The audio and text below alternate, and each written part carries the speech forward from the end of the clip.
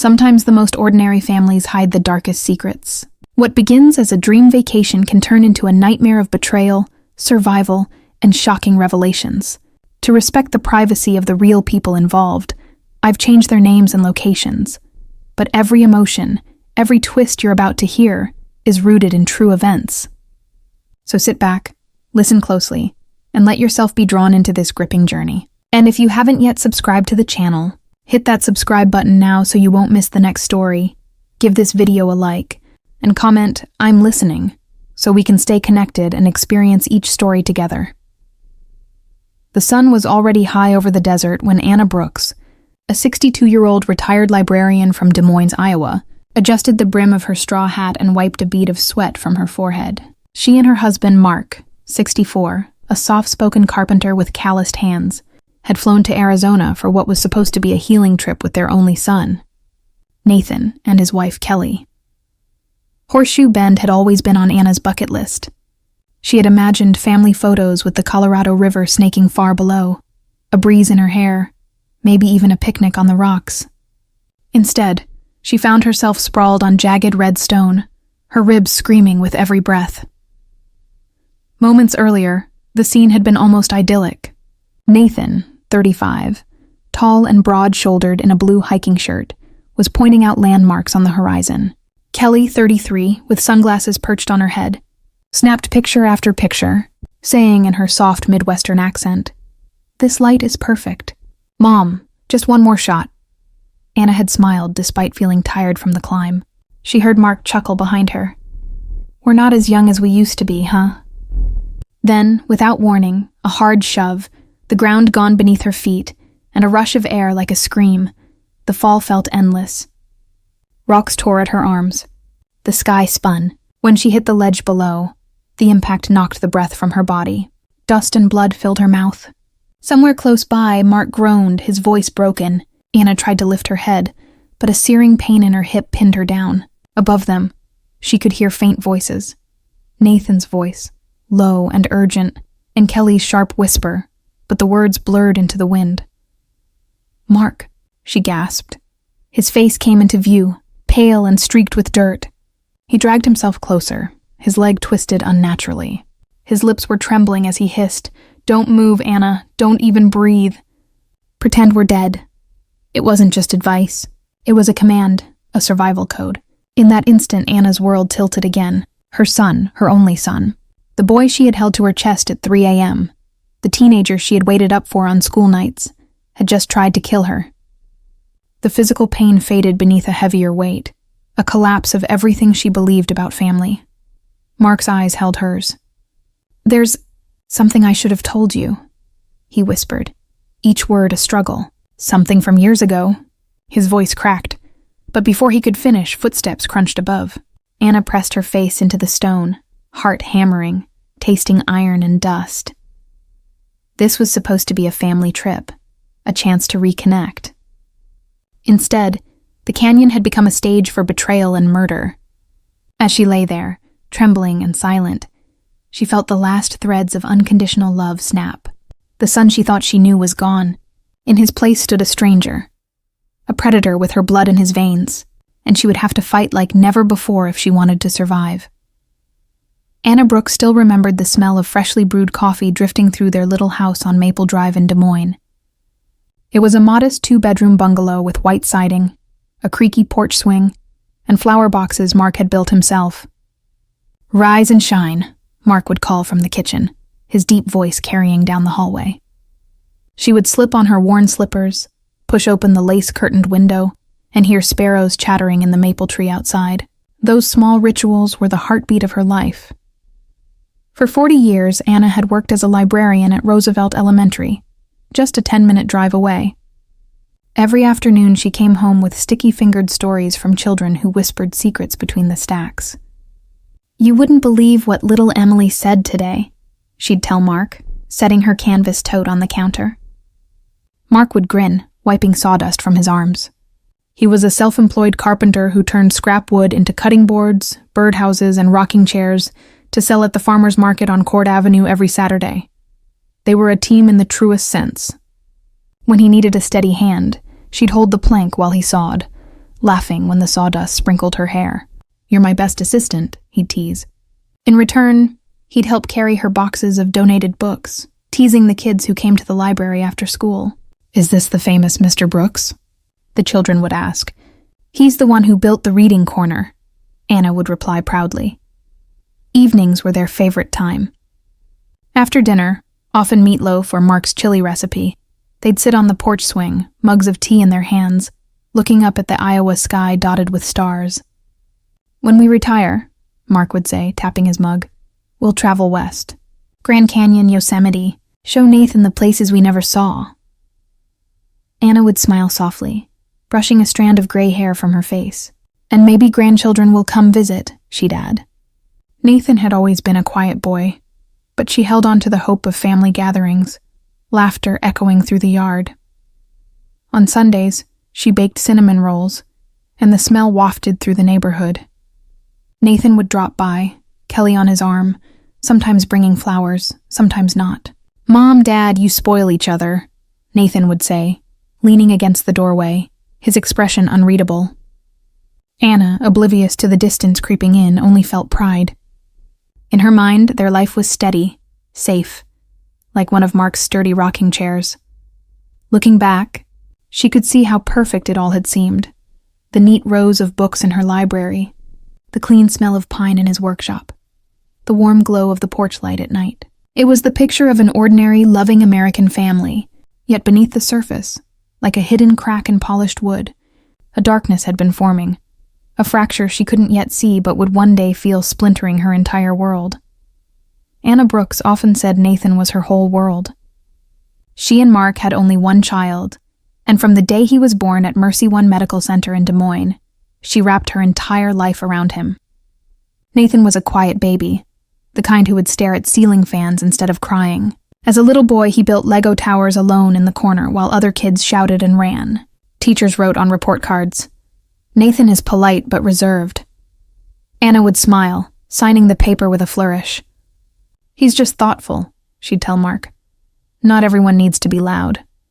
By the time Nathan was 10, their Sunday routine was set like clockwork.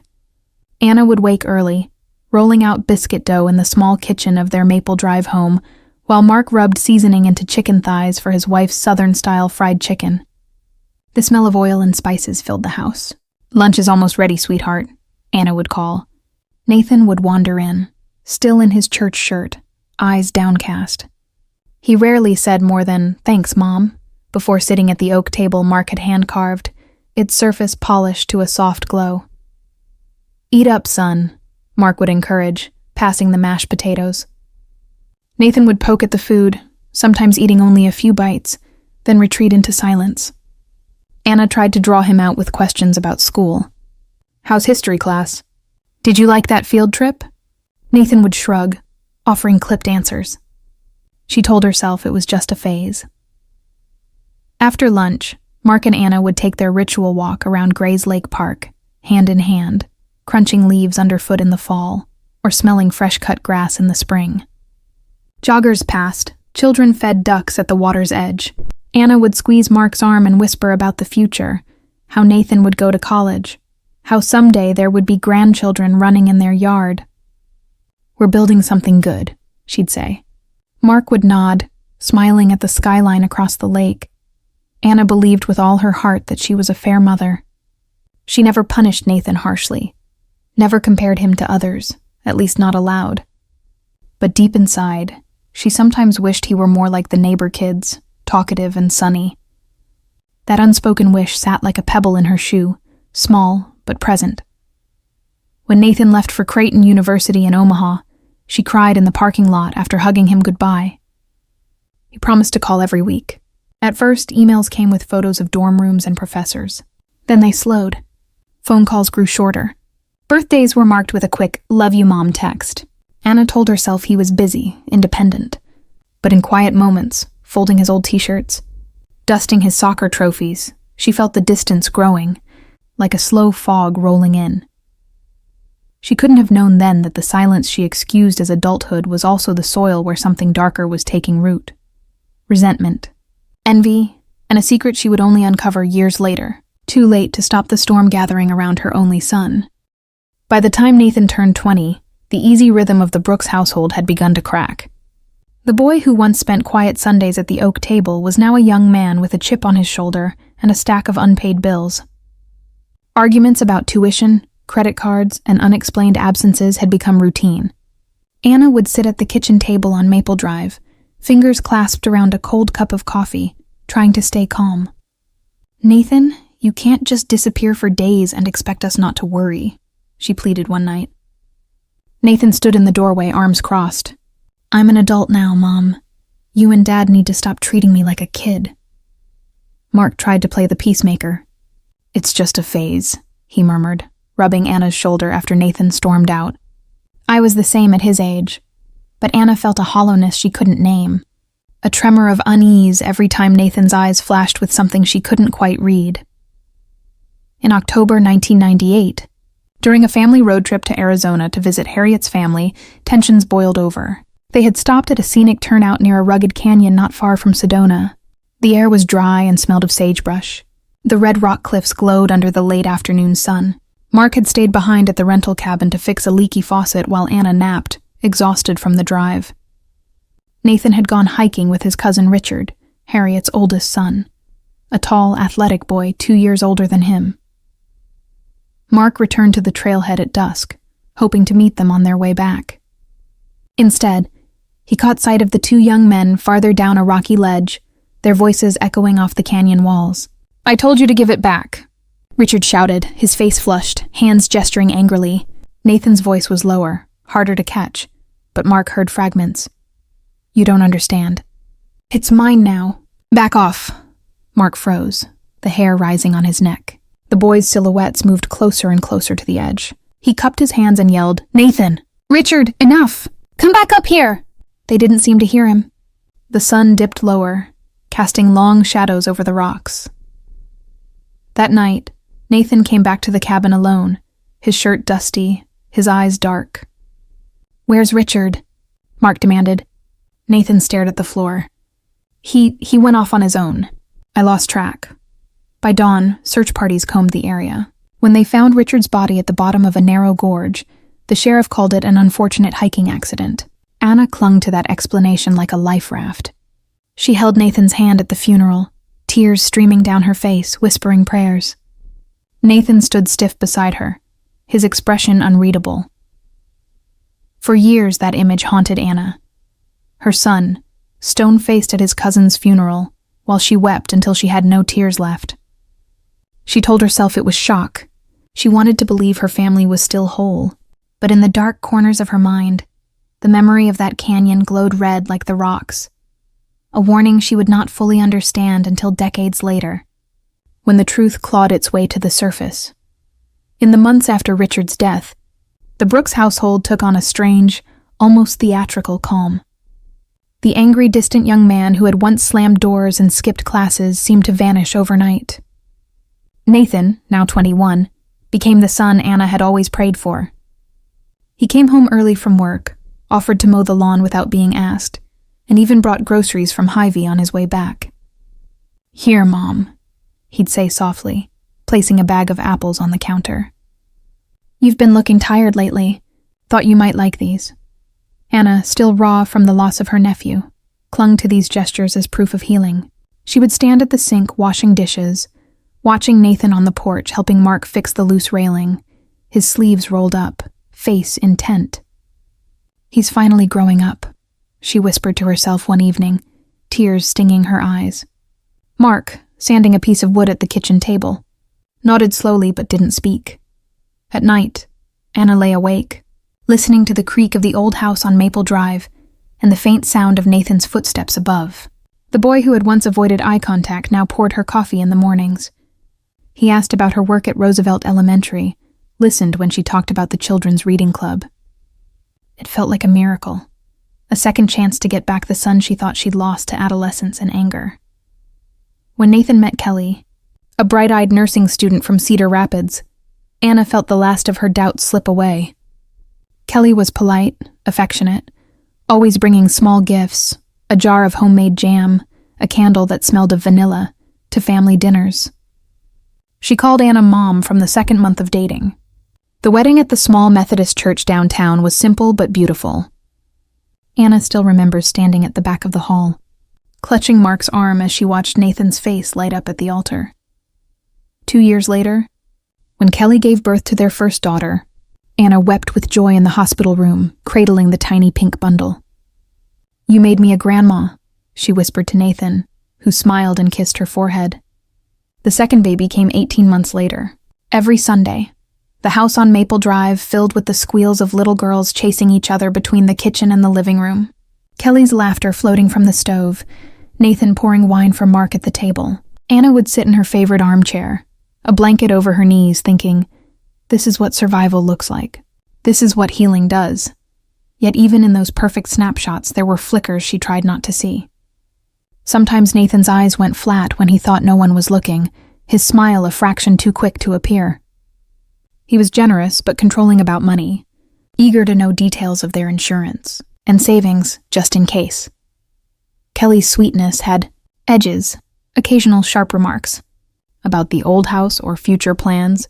Delivered with a bright smile, Anna brushed it all aside. She told herself that scars make people careful, that Nathan's interest in finances was only concern for them. She wanted so badly to believe the universe had rewarded her faith after Richard's death, that she'd been given a second chance at family. But lying at the bottom of the canyon years later, blood pooling under her back, Anna would remember every one of those moments with chilling clarity. The apples, the coffee, the wedding vows, the babies calling her grandma. All of it had been a beautiful coat of paint, covering a hidden rot. Nathan's tenderness had been a mask, and she had been the audience applauding, never suspecting that behind it stood a patient predator weaving a plan that had begun long before she ever saw it coming. It was a gray, February morning when Anna and Mark first spoke seriously about updating their will. Snow clung to the branches outside their Maple Drive home, and the smell of cinnamon toast lingered in the kitchen. Mark sat at the small oak table he had built decades earlier, glasses perched on his nose as he skimmed the Sunday paper. Anna poured him coffee and slid into the chair opposite. "We should probably make things easier for Nathan," she murmured, tracing circles on her mug. "We're not getting younger, Mark." Nathan had been the one to raise the topic. "Mom, Dad," he'd said one evening over pot roast at their dining table, "you really need to get your affairs in order. God forbid something happens. I just want to make sure you're taken care of." Kelly sat beside him, her hand on his arm, nodding earnestly. "We only want you safe," she added, her voice soft. "And we know a great lawyer, Albert, Dad's old friend from high school. He'll handle everything." Anna remembered the warmth in Kelly's eyes, the way she reached across the table to squeeze her hand. It felt like love. It felt like family. She glanced at Mark, who shrugged with a faint smile. "If Nathan and Kelly are worried, maybe we should listen," he said. 2 weeks later, they found themselves in Albert's office downtown, a narrow room with framed diplomas and a faint smell of paper and coffee. Albert, a balding man with a kind smile, greeted them like old friends. "You're lucky," he said, flipping through forms. "Most folks wait too long to do this." Nathan leaned back in his chair, casual but attentive. "We just want everything neat," he said. "Mom and Dad shouldn't have to worry," Kelly chimed in, her tone light but persuasive. "We're not asking for anything, really. We just think it's safer if we handle things on your behalf. Make sure no one takes advantage of you." Anna felt her throat tighten as she signed the first set of papers. She'd never been good with legal language. The words blurred together, cold and formal. But Kelly's hand on her shoulder was warm. "You're doing the right thing," Kelly whispered. Mark signed without hesitation. "It's just paperwork," he said later in the car as snow flurries swirled around the windshield. "We're making life easier for our boy." Anna nodded, but stared out at the gray sky, an unease settling like a stone in her chest. In the weeks that followed, the changes began small. Nathan offered to handle their property taxes, then suggested selling the old truck to cut expenses. Kelly brought pamphlets about retirement condos in Arizona, laughing about how much fun it would be to live near them. "Just think," she said, "no more shoveling snow. The girls could visit every weekend." Anna smiled weakly but lay awake at night, staring at the ceiling. Something about the speed of it all, the gentle pressure disguised as concern, chilled her. Mark, tired from his carpentry jobs, dismissed her fears.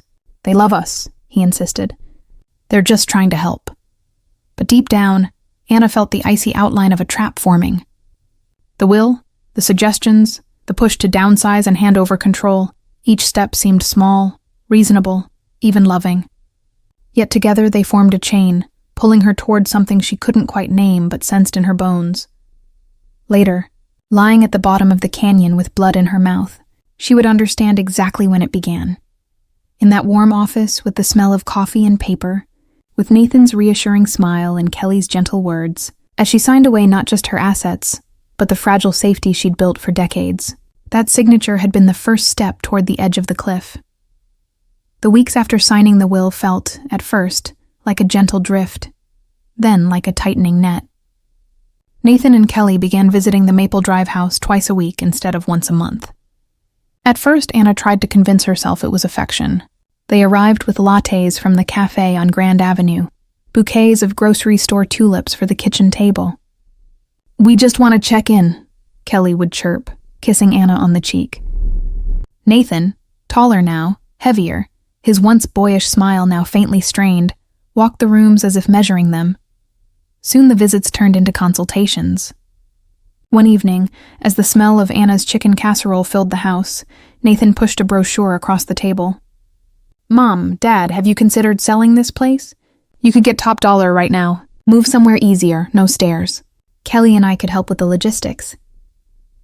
Anna picked up the glossy pamphlet of a retirement complex in Phoenix, her fingers trembling slightly. "This is our home, Nathan," she said softly. "We raised you here. We planted that maple tree out front when you were 5. Mark tried to smile, smoothing his napkin. "It's a good offer, son, but your mom's attached." Kelly reached over, her voice honeyed. "We're only thinking of you. The winters here are brutal. What if you fall?" Anna forced a polite nod but felt her chest tighten. The next week, Nathan returned with insurance papers. "Long-term care coverage," he explained briskly. "You need to be prepared." He spoke as though they were frail strangers, not the parents who had sacrificed to put him through college. When Anna hesitated, his jaw tensed. "Mom, you can't keep living like this." "We're trying to help." That night she couldn't sleep. The clock glowed 2:13 a.m. She lay in the dark, staring at the ceiling beams Mark had carved, feeling the walls of the house hold the echoes of decades. Birthday parties, Christmas mornings, the creak of Nathan's teenage footsteps up the stairs. The thought of handing it all over, of shrinking into some anonymous condo, filled her with a dread she couldn't name. Then came the final straw. One Sunday afternoon, as rain tapped the windows, Nathan pulled out a new set of forms. "Power of attorney," he said casually. "It'll make things so much easier if, God forbid, you get sick. Kelly and I can handle bills, doctors, everything." Anna's hand hovered over the pen but didn't touch it. She heard her own voice unsteady. "Why would you need that? We're still healthy." Nathan's eyes flickered with irritation. "Because it's responsible," he snapped, then softened. "Mom, please, don't make this hard." That evening, after they left, Anna sat at the kitchen table with a cup of chamomile tea, the house unusually silent. She picked up the phone and dialed her older sister. "Harriet?" she whispered when the familiar voice answered. "Something feels wrong." Harriet didn't hesitate. "Anna, why does Nathan need control of your money?" "He's not broke." The bluntness hit like a slap. Anna felt her throat close, tears pricking her eyes. She had been telling herself it was love. Harriet's question made it sound like something else. Something predatory. After she hung up, Anna sat for a long time in the dim kitchen, the hum of the refrigerator the only sound. She looked around at the walls lined with family photos. Mark grinning with a hammer in hand, Nathan at his first Little League game. She realized she was gripping the table edge as if bracing for impact. For the first time, she saw her son not as the boy she'd raised, but as a man whose visits left her feeling smaller, less safe. A new cold clarity seeped in. She might not just be a mother anymore. She might be prey, and from that moment on, Anna began watching Nathan with the eyes of a survivor, not a parent. It was late on a damp April evening when the truth finally broke through the cracks. The kitchen smelled of reheated soup, and rain spattered against the windows of the Maple Drive house. Anna sat at the table, her fingers wrapped tightly around a chipped mug of chamomile tea. Across from her, Mark slumped in his chair, staring at the linoleum as though it might offer him an escape. For days, the tension between them had been building, thick and silent like a thunderstorm refusing to break. "Mark," Anna said quietly, her voice trembling, "I need you to tell me what really happened with Richard." She had never dared to ask directly before. But the unease about Nathan's behavior, the papers, the power of attorney, had stirred something inside her. A memory, a question, a nagging dread she had tried to bury for 25 years. Mark's head snapped up, his eyes wide. "What are you talking about?" he asked, but his voice was thin, defensive. "You know exactly what I'm talking about," Anna said. She leaned forward, her hands flat on the table. "The trip to Arizona. That night. You saw something, Mark. I can see it in your face every time his name comes up." Mark pushed back his chair and stood, pacing to the window. Outside, the streetlight cast a dull glow over the wet pavement.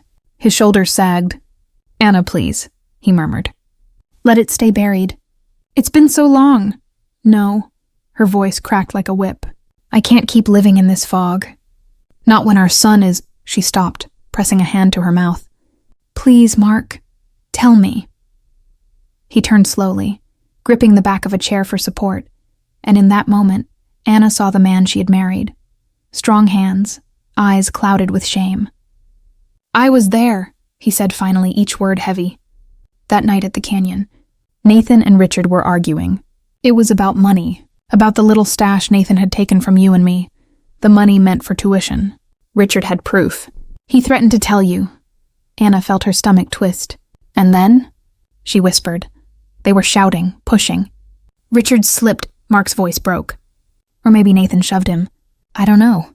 He went over the edge. He was gone before I could even move." Anna's mug hit the table with a dull thud. "Oh my God," she breathed. "And Nathan?" Mark's eyes glistened. "He cried. He begged me, said it was an accident, said he couldn't lose everything. He made me swear to keep quiet. He rubbed his hands over his face. I thought I was protecting him, protecting us. I told myself it was a mistake, that it would never happen again." Anna sat back, her chest heaving. The kitchen seemed to tilt around her, the photos on the fridge, the ticking clock, all suddenly foreign. "All these years," she whispered. All these years. I'm sorry," Mark said, his voice breaking. "I thought he'd change. I thought if I kept quiet, you became his accomplice," Anna said flatly. "You let me believe Richard's death was an accident. You let me grieve alone while our son—" Her words failed. She stared at her husband as if seeing a stranger. Mark took a step toward her, but she recoiled. "Anna, please. I was trying to protect the family." "The family?" She laughed bitterly. "You destroyed it." She stood, her chair scraping the floor, and walked to the window. Outside, the rain had stopped, but the street glistened like a wound. She pressed her palm to the glass, feeling the coolness seep into her skin. In that moment, every memory of Nathan as a child, his shy smile, his small hand in hers, shattered like glass. The truth had not only killed her last warm image of Richard, it had obliterated her trust in Mark, in her marriage, in herself. She felt hollow, as though she had been living inside a story that someone else had written. Behind her, Mark sank into his chair, head in his hands. Anna turned, her voice low but steady. "If we survive this," she said, "I'm going to make sure the truth comes out. For Richard, for me, for all of us." Mark didn't answer. The only sound was the refrigerator humming, and the quiet sob of a man who had kept a secret too long. It began with small pieces of information, like puzzle fragments slipping under Mark's door. He had grown suspicious months earlier, quietly combing through bank statements and credit reports late at night after Anna had gone to bed. He would sit at the kitchen table in his flannel pajamas, glasses low on his nose, a single lamp casting a yellow cone of light over the papers. His heart sank with each new discovery, unexplained transfers, overdue bills, and finally, a string of angry notices from creditors addressed to Nathan. By the time he added it all up, the number was staggering, over $100,000 owed. He didn't tell Anna right away. He wanted to be sure. But then came Kelly's casual questions, asked over Sunday coffee with a sweet smile that never reached her eyes. "So, Mom," she said one morning, stirring sugar into her mug. "What's the house worth now, you think? The market's crazy." Another time she asked, "You still have that old life insurance policy?" "That's smart. Nathan and I were just talking about how responsible you both are." Anna would answer politely, but her stomach twisted. The more Kelly asked, the more it sounded like inventory taking rather than idle curiosity. One night, lying awake beside Mark, she whispered, "Do you think Nathan could hurt us?" Her voice was barely audible. Mark turned to face her, his expression haunted. "I don't know," he said, his voice cracked. "I don't want to believe it." "We should go to the police," Anna said suddenly, her pulse pounding. "We have to?" Mark sat up, rubbing his face. "Anna, I'm complicit," he said hoarsely. "I stood there when Richard fell. I kept the secret. Who's going to believe me now?" The words hung between them like a noose. Anna stared at the ceiling, tears sliding silently down her temples. The boy she had raised, the man she had trusted, was now a shadow in her home. 2 weeks later, the phone rang. Nathan's voice on the other end was warm, rehearsed. "Mom, Dad," he said, "Kelly and I want to do something special for your 40th anniversary. There's this beautiful overlook near Horseshoe Bend. You'll love it. We'll take photos, have a picnic, make memories." Anna held the receiver with a trembling hand. Mark sat across the table, watching her face pale. When she hung up, they didn't speak for a long time. Finally, Mark said flatly, "That's the invitation." They knew. They didn't need to say it aloud. The trip wasn't a celebration. It was a setup. That night, they sat together on the couch in the darkened living room, holding hands like frightened children. The glow of the television flickered against family photos on the mantel. Nathan as a toddler on Mark's shoulders, Richard grinning at a barbecue. Anna felt her chest ache with a grief so deep it was almost physical. "What do we do?" she whispered. "If we don't go, they'll find another way," Mark said quietly. "A car accident. A gas leak. We can't hide," Anna nodded slowly. "Then we go," she said. "But we get proof." They spent the rest of the night planning in hushed voices. Mark would hide his phone on record. Anna would send a sealed letter to Harriet explaining everything. At dawn, the sky outside was a soft, merciless gray. They sat at the kitchen table, fingers entwined, neither of them touching their coffee. In that moment, Anna realized how far they had fallen from the simple life they'd built.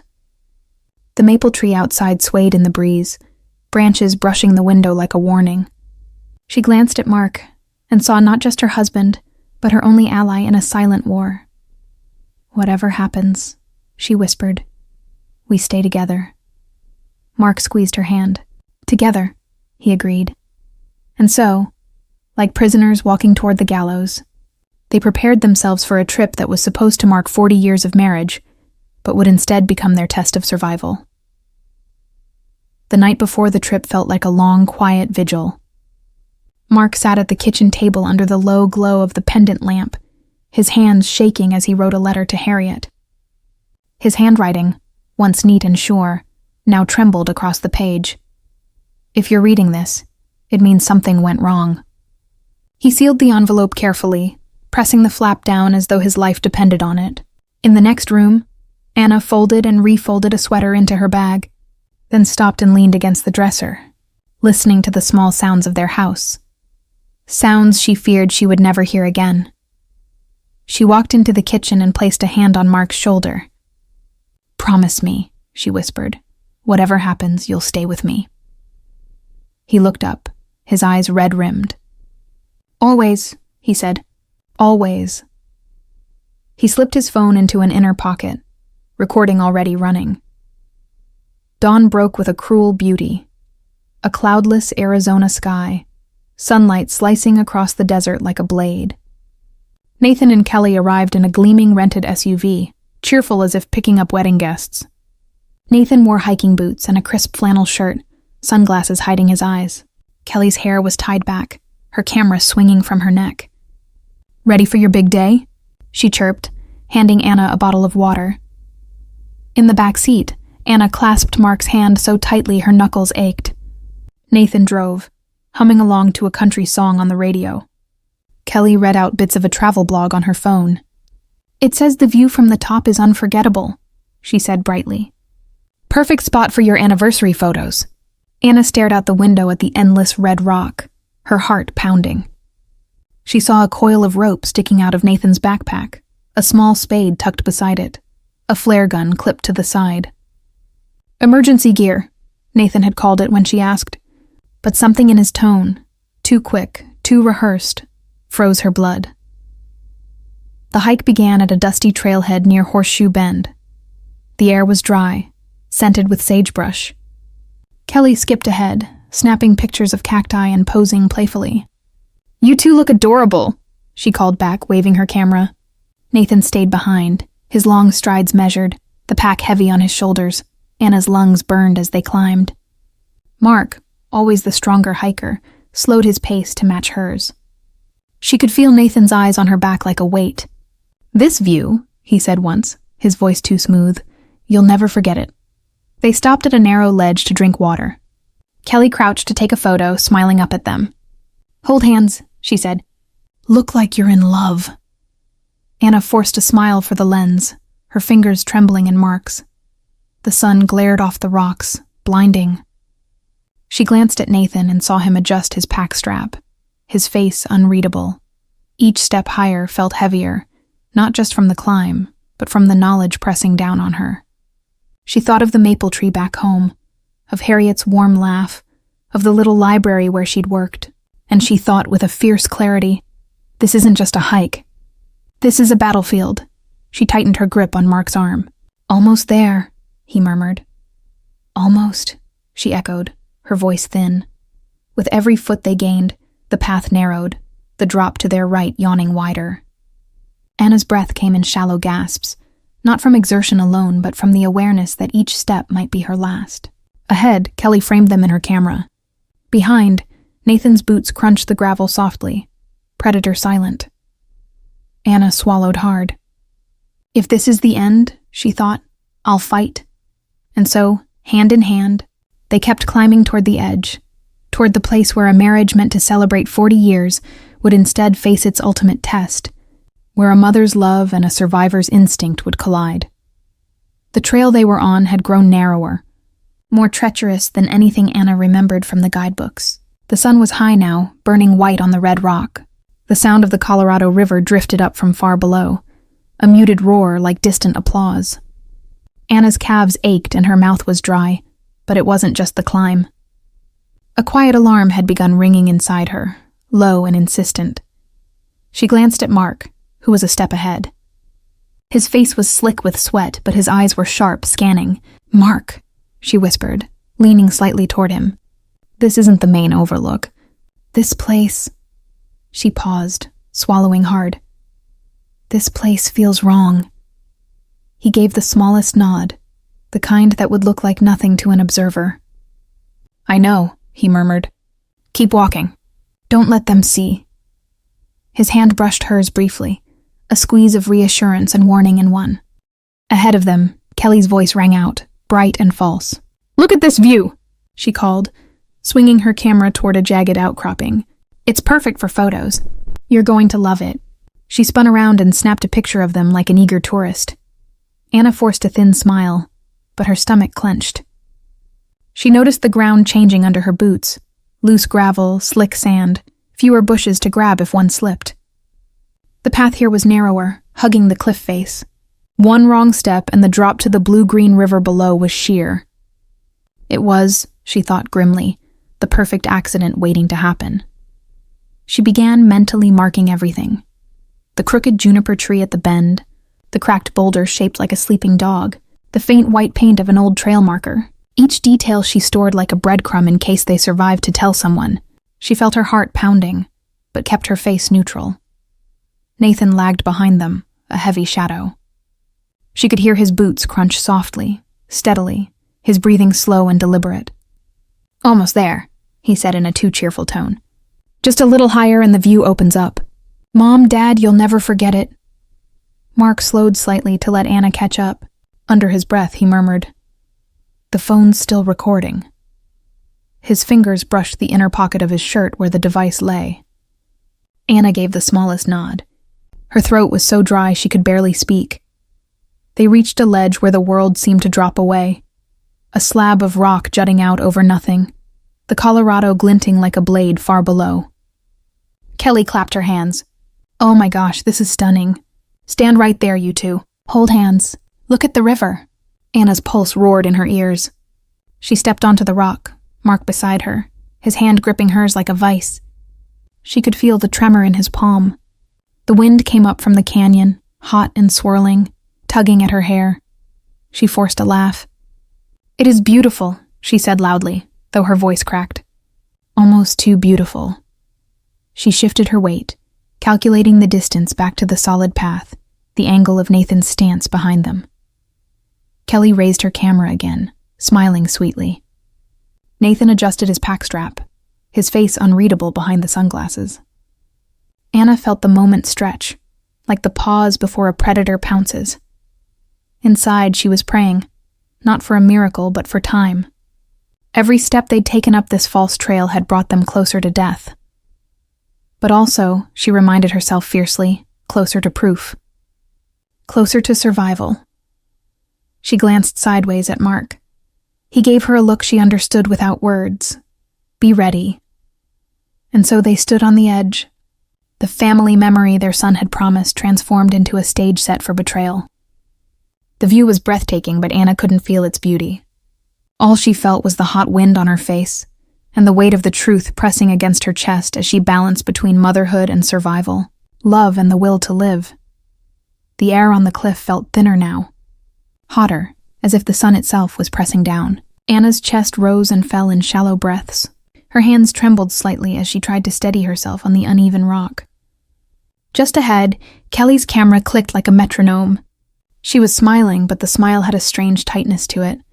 "Come on," Kelly called out brightly, holding up the lens. "Hold each other. Smile big for me.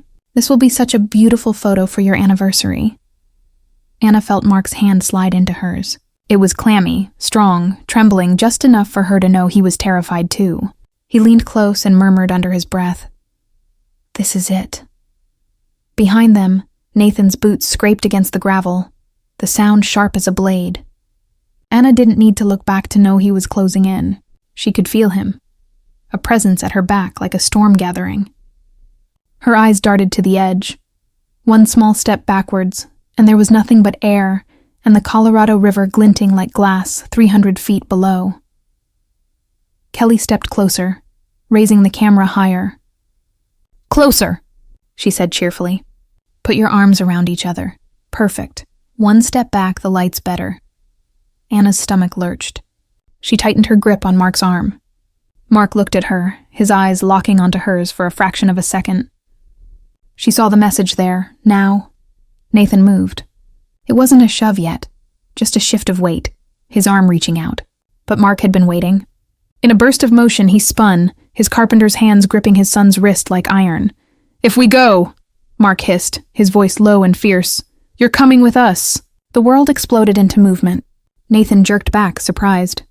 Anna staggered sideways, clutching at the rock face. Kelly screamed, the camera clattering to the ground and skittering toward the edge. She lunged for Nathan's arm, but the weight of all four bodies swayed dangerously on the crumbling ledge. Anna heard herself shouting, a raw sound that didn't even form words. Mark's grip tightened, pulling Nathan closer even as Nathan tried to wrench free. The gravel under their boots shifted. Pebbles tumbled off the edge and disappeared soundlessly. Kelly shrieked, grabbing for Nathan's backpack strap. "Stop it!" she cried. "Nathan, stop!" But it was too late. The ledge cracked with a sound like breaking bones. Mark roared, "Anna!" just as the ground gave way. For a moment, time seemed to stretch. Anna saw the sky above, brilliant blue. She saw Kelly's face twisted in terror, Nathan's mouth open in a silent curse, Mark's arm still reaching for her. Then the wind hit her like a fist, and they were all falling. tumbling together into the canyon, a grotesque dance of limbs and screams. In that split second of freefall, Anna's mind flashed back to Richard, his smile, the news of his accident 25 years ago. She understood now the echo of that night, how history was trying to repeat itself.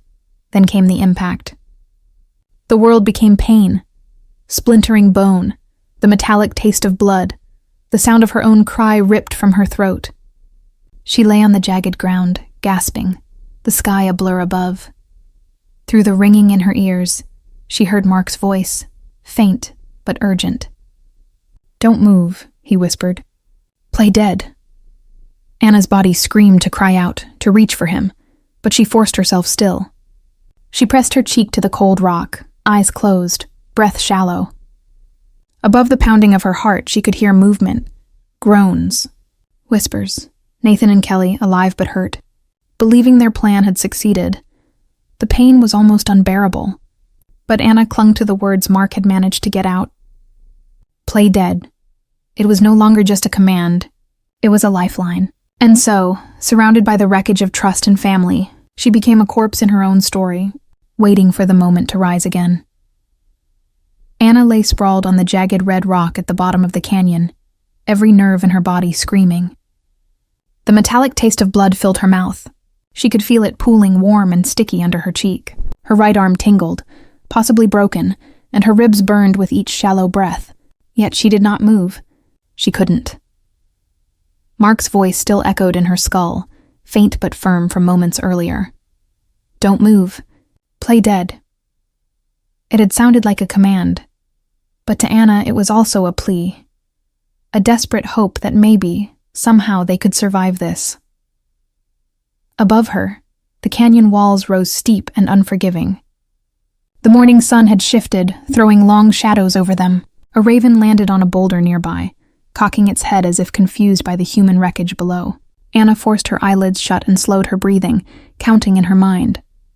In through her nose, out through her mouth. Tiny, quiet breaths. She imagined she was back on her porch at Maple Drive, rocking slowly as the Iowa breeze passed over her face, anything to steady the panic clawing at her chest. Somewhere to her left, she heard Mark's faint wheeze. "Anna," he tried, but she squeezed his hand weakly, a silent warning. "Don't speak. Don't move." Then, voices. Low, strained, but unmistakable. Nathan's voice, rougher now, laced with pain. "Kelly, can you hear me?" There was a groan. Kelly's. "I'm here," she hissed back. "My leg. I think it's broken." The sound of fabric scraping against rock, a cough. Anna kept her face turned away, but her ears were wide open, absorbing every word. "Where are they?" Kelly gasped. "The old folks?" Nathan's reply was ragged but certain. "They're gone. No one survives that fall." He spat, the sound wet against the stone. "It's over." Those words, meant to close the chapter, ignited a flicker of hope in Anna's chest. Good, she thought. "Let them think we're dead," Nathan continued, his voice dropping lower. "We have to get our story straight. If anyone asks, it was an accident. They slipped. We tried to save them. You fell trying to help." Kelly, still groaning, muttered, "Yes, like we practiced. Just like we said." Anna's stomach turned. They were rehearsing lines like actors before a curtain call, and she was the silent audience, covered in blood. But every word etched itself into her memory like gold evidence. She imagined handing those words to a jury someday. The scraping and dragging of their bodies grew fainter as Nathan and Kelly tried to crawl toward higher ground. Anna dared to crack one eye open. The sun lit Mark's face a few feet away. His eyes fluttered, but he was alive. She shifted her fingers, brushing his hand. He squeezed back. "They're gone?" he mouthed, lips barely moving. Anna gave the tiniest nod she could manage. They lay there for several long minutes, listening to the canyon swallow the sound of Nathan and Kelly's retreat. The silence was heavy, broken only by Mark's ragged breathing and the distant rush of the river. Finally, Anna whispered, voice hoarse, "You're alive?" "Broken ribs. Maybe my shoulder," Mark rasped. "You?" "Arm, leg, but breathing." A tear slid from the corner of her eye into the dust. Relief mixed with agony. Mark tilted his head, scanning the jagged walls above. "Phone?" he croaked. Anna reached slowly for the pocket of her torn jacket, but when she pulled the phone out, the screen was shattered, a mocking black. She tried anyway, no signal. Just a red X where bars should be. She let out a trembling breath. "No service," she whispered. "We're trapped." Mark closed his eyes, jaw tightening. "Then we wait," he murmured. "We wait and we survive." Anna lay back against the cold rock, closing her eyes again, forcing herself to stillness. They were two dead people at the bottom of a canyon, bones broken, phones useless, but alive. And as long as she could hear Mark's faint breathing beside her, as long as Nathan and Kelly believed their plan had worked, there was still a chance. The canyon was mercilessly bright. The sun poured down on the jagged red stone and made the blood on Anna's sleeve look like another piece of the landscape. Pain lanced through her ribs with every tiny breath, but something fiercer than pain drove her. A need to know, to pull the truth out of the man beside her. She turned her head slowly, tasted iron, and focused on Mark's face, his beard flecked with dust, his eyes half closed, shame and exhaustion etched into every line. "Mark," she said, voice a brittle thread. Tell me everything about that night with Richard." He closed his eyes as if to gather the courage, then opened them again, and looked at her as if seeing her for the first time. Around them the canyon was a bowl of silence. Even the river far below seemed to hold its breath. Mark's hands trembled as he pushed himself onto an elbow, spitting a small stone of broken teeth from his mouth. You deserve to know," he rasped. "You deserve the truth." He began haltingly, each word another weight. It was late. The three of them, Nathan, Richard, and I, had gone out after dinner to walk a trail near where the family used to go. Richard had been different that week, Anna. He'd been looking through papers, bank statements, receipts, things he shouldn't have had access to. He told me he'd found withdrawals, small amounts at first, then larger. He said he had proof Nathan was taking from our savings. Mark's voice broke. The sound of it seemed too loud in the open air. Anna felt the world tilt. "What do you mean, proof?" she whispered. Mark swallowed hard. He had printed bank records. He waved them in Nathan's face. "He said he was going to tell you. He wanted you to know what he'd found."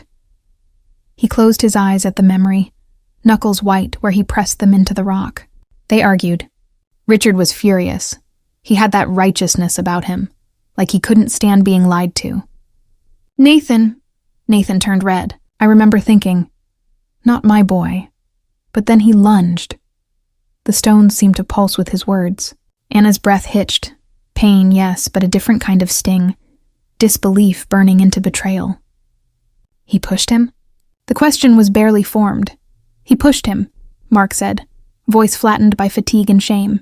"Not a shove like teenagers play, Anna. He shoved him with everything behind it." I saw Richard's arms flail, saw his foot slip on loose rock, and then he was gone. He fell into the gorge. Mark covered his face with dust-streaked hands. I ran down, but by the time I got there, it was over. Nathan was crying, sobbing, begging. "Please, Dad, help me. Don't tell her. I didn't mean it. It was an accident." He fell to his knees and grabbed my leg. I told myself it was an accident. I wanted to believe him. I wanted to keep our family together. Anna pressed both palms to the stone to steady herself. Her fingers left bloody smears. The kitchen on Maple Drive flashed behind her eyes. The wood table, the laughing faces, a younger Mark sanding a chair with patient, deliberate strokes. The betrayal cut deeper than the physical injuries. "You covered it up," she said, and the words were a blow to both of them. "You let him go. You lied. All these years you lied to me." Tears slipped unsteadily down Mark's cheeks. "I lied because I was afraid to lose you," he whispered. "Because I thought, if I told the truth, what would happen to Nathan? To us? I thought I could fix it in other ways. I told myself he'd pay it back, that he'd learn. I was weak, Anna. I'm sorry. God, I am so sorry." Anna's chest trembled. Not from the cold, not from the broken bones, but from a fury that her older self had never expected to feel at 62. The man beside her was the one who had taught her how to steady a table leg, who had carved the family's name into the oak doorframe. He was also the man who had sealed away a death and let the lie live. Her nails dug into the rock until pain flared. "He killed a boy," she said, voice low and terrible. "He killed him for money, and you let him call it an accident." She pictured Richard's face, young, furious, and the quiet funeral where Nathan had stood like marble. Now the photograph on the mantel, the black ribbon, the polite condolences seemed like props in a play she had been forced to watch. Mark's shoulders hunched as if to hide under his own skin. "I told myself it was one mistake," he said, shame choking him. "One mountain we could climb together. But then he took more, and I kept lying because I was a coward who loved a shadow of a sun more than I loved truth." Anna felt something inside her harden and then become very bright. Resolve. The revelation was a crucible. The man she loved had failed in the worst possible way, and the son she loved, if love were what it once was, had become someone else. Pain battered her, but fury steadied her. "If we live," she said, the promise ablaze, "we will not let this stay in the dark. For Richard, for us, for every quiet person who trusted them." Her voice had the brittle authority of someone who had been robbed of everything and decided to take it back. Mark nodded, tears tracking clean lines through the dust on his face. He reached and took her hand, their fingers locking in that old, familiar way, the same way he had held hers on their wedding night. And in that grip, they sealed a new pact. They would survive, and they would drag the truth into the light, even if it meant tearing their lives apart to do it. The whir of rotor blades came first, low, rhythmic, a distant tremor that vibrated through the rocks under Anna's cheek. For a heartbeat, she thought it was her own pulse hammering in her ears. But then came the voices, sharp, professional, echoing down the canyon walls. "Search and rescue team approaching," someone shouted through a megaphone. The sound of boots clinking against metal hooks followed, and the smell of rope and grease and desert dust mixed into a strange, almost comforting haze. Above her, Nathan's voice cracked theatrically, loud enough to be heard over the helicopter. "Please help them. Please, my parents, they fell. I don't know if they're alive." It was so convincing that if Anna hadn't lived the last 2 hours herself, she might have believed her son. Kelly played her part even better, sobbing in ragged gasps, clutching her arm to her chest. Oh God, it was so horrible," she wailed, kneeling on a flat rock where the rescuers could see her. Anna's ribs ached from holding still. She wanted to scream, to spit the truth into the air, but Mark's faint whisper anchored her. "Phone recorded everything, but we need a safe moment." His fingers, sticky with blood, squeezed hers once, a silent command. She understood. If Nathan and Kelly knew they were alive, the evidence would vanish, perhaps with their lives along with it. They had to keep acting. Above them, the rescue team barked orders. Ropes ready. 2 survivors at the top. Possible fatalities below. The clank of carabiners, the heavy whoosh of a winch lowering a medic. Anna kept her eyes half-lidded, breathing shallowly through her nose. Every instinct screamed at her to open her mouth, to call out. She imagined the faces of the paramedics if she suddenly sat up. She imagined Nathan's hand finding a loose rock, or a scalpel in an ambulance. Stay dead, she told herself. Just a little longer. Boots hit the gravel near her head, a man's voice closer now, calm but urgent, checking for pulse on the male. Hands pressed against Mark's neck. Mark managed a faint flutter. "Weak but present," the rescuer called into his radio. Then fingers found Anna's wrist, then her throat. "Female, I'm not sure. Pulse barely detectable. Possible fatality." He leaned down, his ear brushing her lips. No breath detected. "Request immediate med-team." Perfect. Anna kept her chest still, though it burned. Her heart slammed so hard she feared it would lift her body off the rocks. She forced herself to focus on small things. The grit under her tongue, the distant smell of engine oil, the medic's hand surprisingly gentle as he checked her eyelids. She thought of Maple Drive, of mornings with coffee and bird song, of her grandchildren's tiny hands on her knees. "Hold on, this is for them." Above, Nathan was still performing. "We tried to save them," he sobbed. "They fell, and we just fell too," Kelly echoed him, voice breaking. "They were like my own parents." The irony was acid on Anna's tongue. She imagined the recording on Mark's phone, safe in his pocket, capturing every word, every damning detail. A harness slid under her back. She felt straps tighten across her chest, the click of buckles. Someone murmured, "We'll get you both out." She let her head loll to one side, eyelids fluttering just enough to look like a body's last reflex. When the stretcher lifted, her stomach flipped and pain flashed white behind her eyes. She bit the inside of her cheek to keep from gasping. As the winch pulled her upward, she caught fragments of conversation between rescuers. "Woman's in critical condition. If she makes it, it'll be a miracle. Get them separated from the others when we land. They're going to need trauma care." That last line was her lifeline. Separated. Away from Nathan and Kelly. Away from the actors. The canyon fell away beneath her. Above, the helicopter loomed, a steel dragon ready to swallow her whole.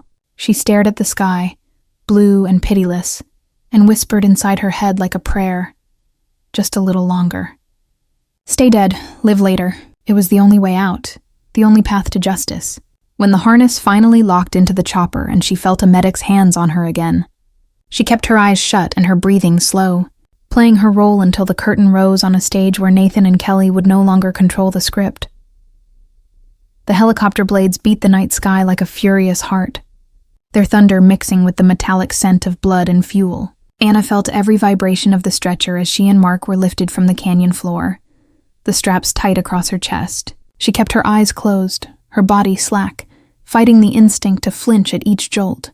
Above them, Nathan's voice rose over the roar, smooth, practiced, dripping with fake anguish. "Please hurry. My parents, I think they're gone." Kelly's sobs followed like a well-rehearsed duet. "They were like my own," she gasped, her voice cracking. Anna's jaw clenched under the mask of death. They didn't know she could hear every word. When the helicopter touched down at Flagstaff Medical Center, the cold desert air turned sharp, slicing through her torn clothes as medics rushed them inside. Fluorescent lights replaced the stars. The smell of antiseptic burned her nose. She felt gloved hands transfer her from stretcher to gurney, wheels squealing over the linoleum. "Don't move. Don't breathe too deep," she ordered herself. Mark's hand brushed hers briefly before they were separated. Inside the trauma bay, nurses worked in a rhythm, cutting away her shirt, checking her pupils, slipping an IV into her arm. Anna let her head loll, eyelids fluttering just enough to mimic a coma. She heard Kelly chatting brightly with a paramedic outside the curtain. "It was awful," Kelly sniffled. "Nathan tried so hard to save them." Another medic murmured, "You two are brave, staying with them like that." Anna's stomach turned. Brave. They're being called brave. A young nurse stepped closer to adjust Anna's oxygen line. Her name tag read Ins Ramirez. She had wide brown eyes and a streak of purple in her ponytail. As Ins leaned in, Nathan's shadow fell across the bed. His hand brushed Anna's hair back almost tenderly, but his breath was hot and low against her ear. "I hope you learned your lesson, Mom," he whispered. "Some truths need to stay buried with Richard." His fingers lingered on her temple. Then he straightened and walked out, closing the curtain behind him. Anna's pulse spiked. She fought to keep her body still, but her little finger twitched involuntarily. Ins had frozen mid-step. Her eyes darted to the curtain, then back to Anna's face. You're hearing me, aren't you?" she whispered so softly the monitors barely caught it. Anna forced her index finger to tap the sheet once, twice, 3 times. Ins's lips parted in shock. She leaned closer, pretending to adjust the IV. "Blink if you're in danger." Anna couldn't risk her eyes, so she pressed her thumb into her palm instead. Ins exhaled sharply. "Okay," she murmured. "Okay, I'm getting the attending and the police. Just hold on." For the first time since the fall, a flicker of hope rose in Anna's chest. The beeping of the heart monitor steadied, syncing with her resolve. Someone outside their family finally knew. Someone had heard the threat. The sterile hospital room, with its cold tiles and humming machines, no longer felt like a tomb, but a staging ground. As Ins squeezed her hand once, a secret pact, Anna swallowed the taste of iron in her mouth and thought, "We're not alone anymore. We might actually survive this." The hospital room had gone strangely quiet after Inns slipped out. Anna lay still, eyes closed, listening to the muffled sounds of nurses at their stations and the faint echo of Nathan's voice from the waiting area. Minutes later, the curtain rustled softly. When she opened her eyes just a crack, she saw Inns return, her face pale but determined, followed by a gray-haired attending physician and 2 plainclothes officers. Their badges flashed briefly under the harsh fluorescent lights. The older doctor leaned close, his voice no more than a breath. "Mrs. Brooks, you're safe now. We're here. Take your time." His hand settled gently on her shoulder, grounding her. Anna blinked slowly, testing her throat. I can speak," she whispered, her voice a hoarse rasp after hours of silence. Inns squeezed her hand, nodding encouragement. With effort, Anna pushed herself a little upright against the pillows. "They think we're dead," she murmured. "You can't let them near us." One of the officers, a stocky woman with kind eyes, bent down until her face was level with Anna's. "You're protected. Tell us everything. From the beginning."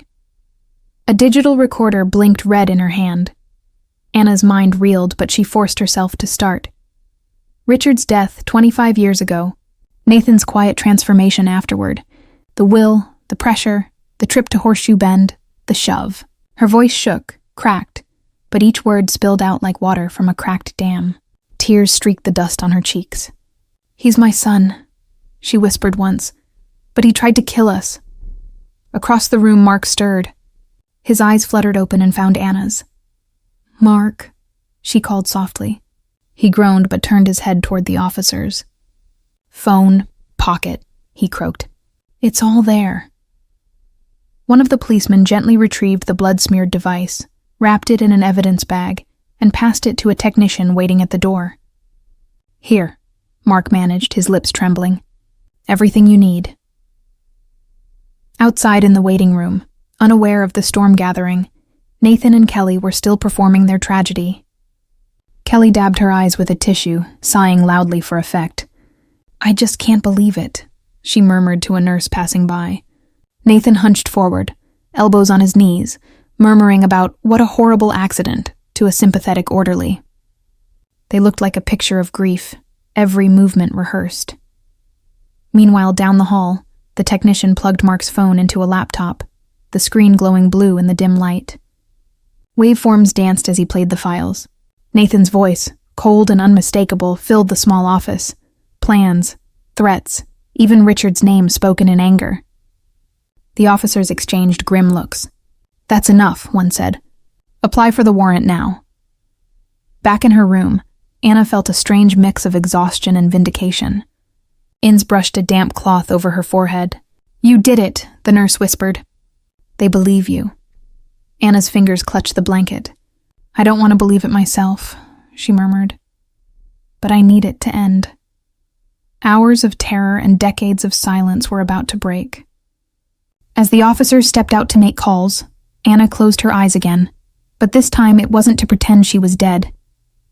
It was to savor, even for a heartbeat, the bitter irony. For 25 years Nathan had plotted, weaving a web to trap them all, but in the end it was his own performance, his own arrogance that had led him straight into the snare. Somewhere in the hospital, a printer hummed as the arrest warrant came through. The world he built was about to crumble, and Anna, broken, bruised, but breathing, was finally ready to watch it fall. The morning light slanted through the half-closed blinds of Anna's hospital room, turning the sterile white walls a pale gold. She sat propped up against the pillows, her body still aching but her eyes sharp. Beyond the glass, the corridor bustled with quiet urgency, officers moving into position in plain clothes, a radio crackling softly at a nurse's station. Each sound felt magnified. Mark lay beside her, his hand wrapped in hers, his skin cool but steady. "It's almost over," he murmured, though his voice trembled. Anna's heart drummed like a slow drumbeat in her ribs. Through a narrow view in the blinds, she saw Nathan and Kelly sitting in the waiting area, playing their parts as grieving relatives. Kelly held a styrofoam cup of coffee with both hands, staring into it like she could see the future. Nathan hunched forward, elbows on knees, phone clutched in his palm. Their expressions were carefully composed masks of shock and sadness. They have no idea, Anna thought, a flicker of grim satisfaction warming her chest. The plainclothes officers moved closer, one pretending to read a chart at the nurse's station, another adjusting a vending machine. The female detective from earlier passed Anna's door and gave the slightest nod. Everything was ready. The seconds stretched, each one feeling like a thin sheet of ice that might crack under her breath. Anna squeezed Mark's fingers, whispering, "We're here. We're alive." "Just hold on." Then the voice came, clear and commanding over the hospital's PA system. "Nathan Brooks, Kelly Brooks, you are under arrest for the murder of Richard Price and the attempted murder of Anna and Mark Brooks. Put your hands where we can see them." The words sliced through the air like a blade. There was a heartbeat of absolute silence. Then chaos erupted. Through the window, Anna saw Nathan's face drain of color. What is this?" he barked, rising to his feet.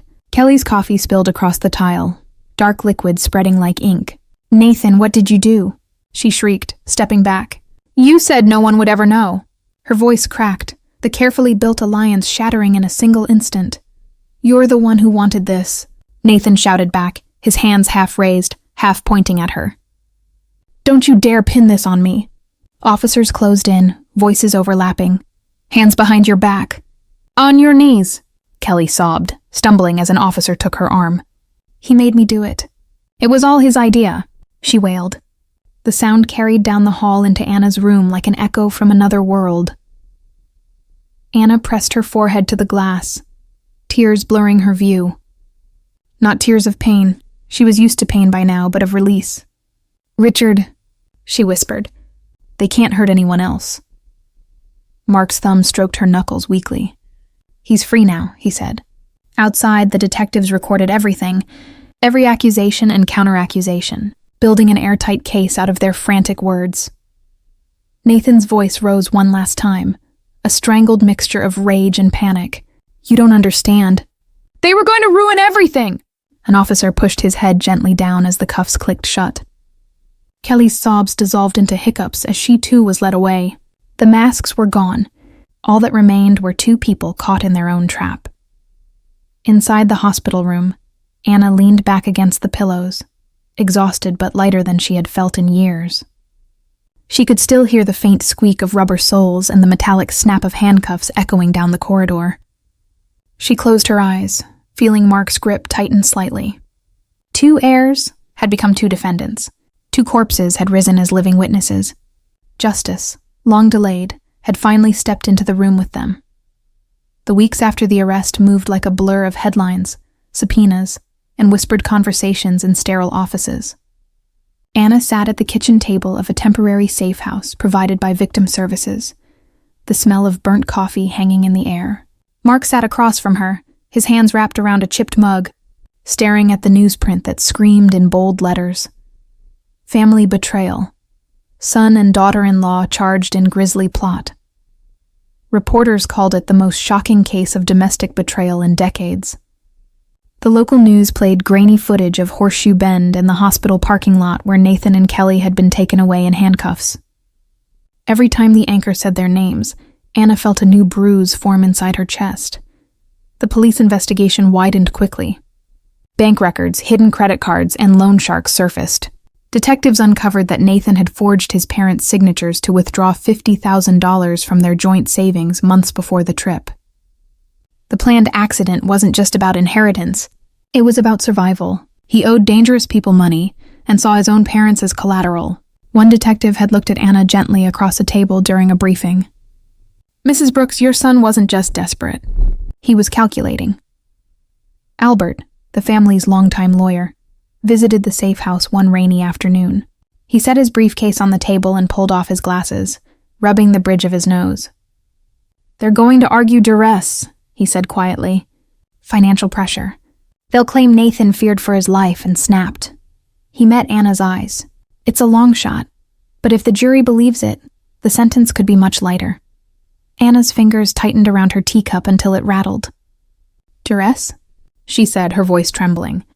"He pushed us off a cliff, Albert. He planned this for months." Her anger burned bright, but beneath it was exhaustion. Mark reached across, placing a rough carpenter's hand over hers. "We have to testify," he said softly. "We can't let him twist this into some sob story." The thought of seeing Nathan again, standing in a courtroom, dressed in a suit, perhaps even trying to smile at her, made Anna's stomach turn.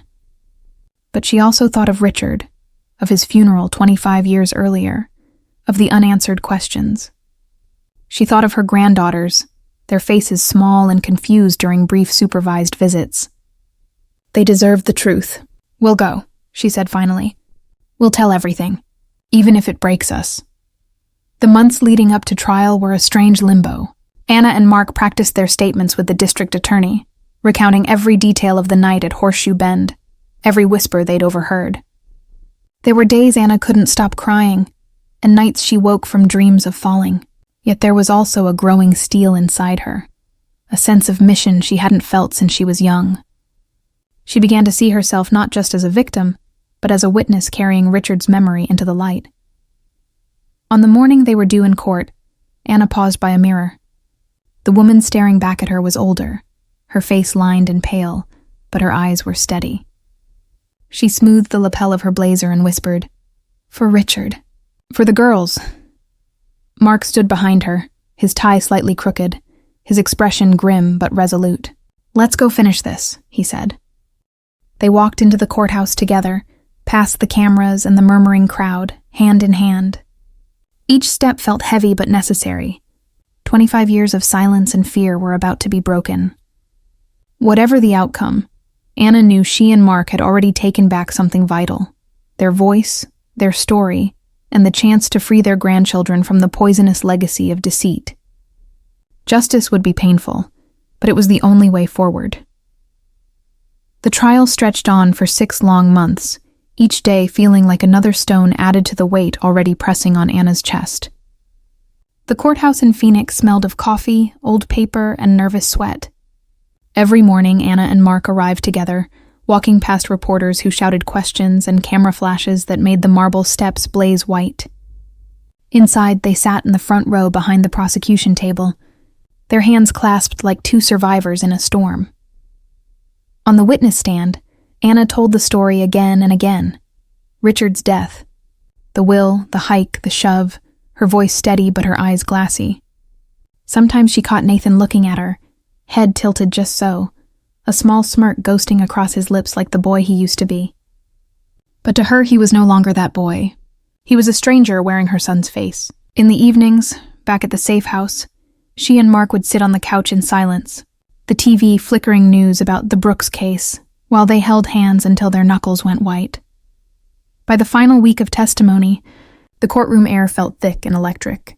When it was time for closing arguments, the district attorney spoke of betrayal and planning, of a man who would rather kill his parents than face his debts. The defense tried to paint Nathan as desperate, pressured, a man cornered by circumstances.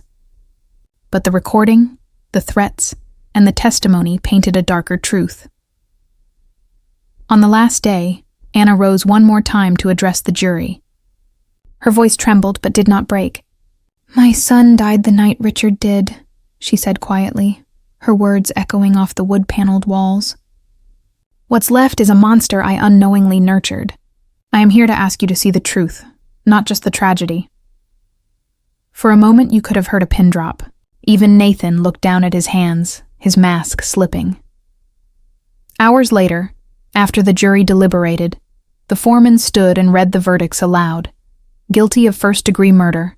Guilty of attempted murder. Life without parole for Nathan Brooks. Life without parole for Kelly Brooks as an accomplice.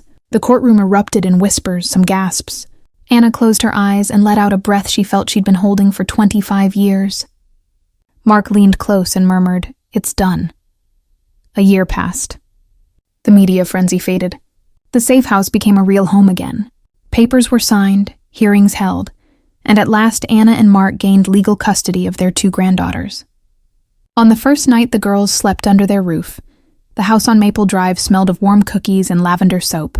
The little ones padded into the living room in pajamas, their hair still damp from baths. Anna knelt down, gathering them into her arms. "Would you like to hear a story about someone very special?" she asked. They curled up beside her on the couch, eyes wide. She told them about Richard, not as a victim, but as a kind cousin who had loved music and fishing, who had once helped her plant flowers in the yard. "He was brave and good," she said, smoothing a stray curl from one girl's forehead. "He's part of our family, and we remember him so we can be good too." The girls listened, leaning against her.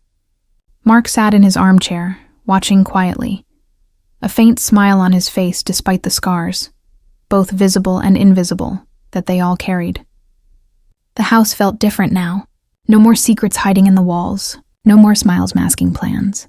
Just the creak of the old floorboards, the smell of cookies, and the sound of two children learning about truth. Anna tucked them into bed later, lingering a moment at the doorway. She whispered to herself, "We're free. They're safe." The road had been brutal, but out of its darkness, she had built a new kind of home. A home rooted in honesty, where pain was not hidden, but transformed into a lesson of resilience. The scars remained, but so did the hope.